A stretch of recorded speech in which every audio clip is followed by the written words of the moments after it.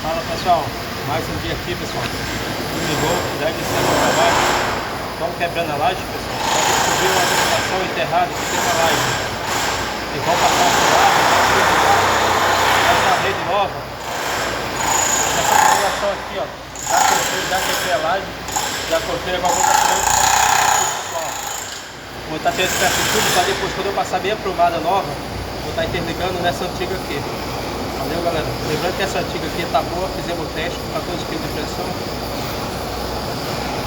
Tá ok galera, então vou estar tirando aqui ó, tem que esquentar no maçarico pessoal, que é, como é que se diz, a tubulação antiga, então ela é feita no sisal pessoal, não é no BDJ, é no sisal, então é muito bruto, só vai de fogo. Então é isso aí galera, valeu, até o próximo vídeo, curte, comenta, compartilha.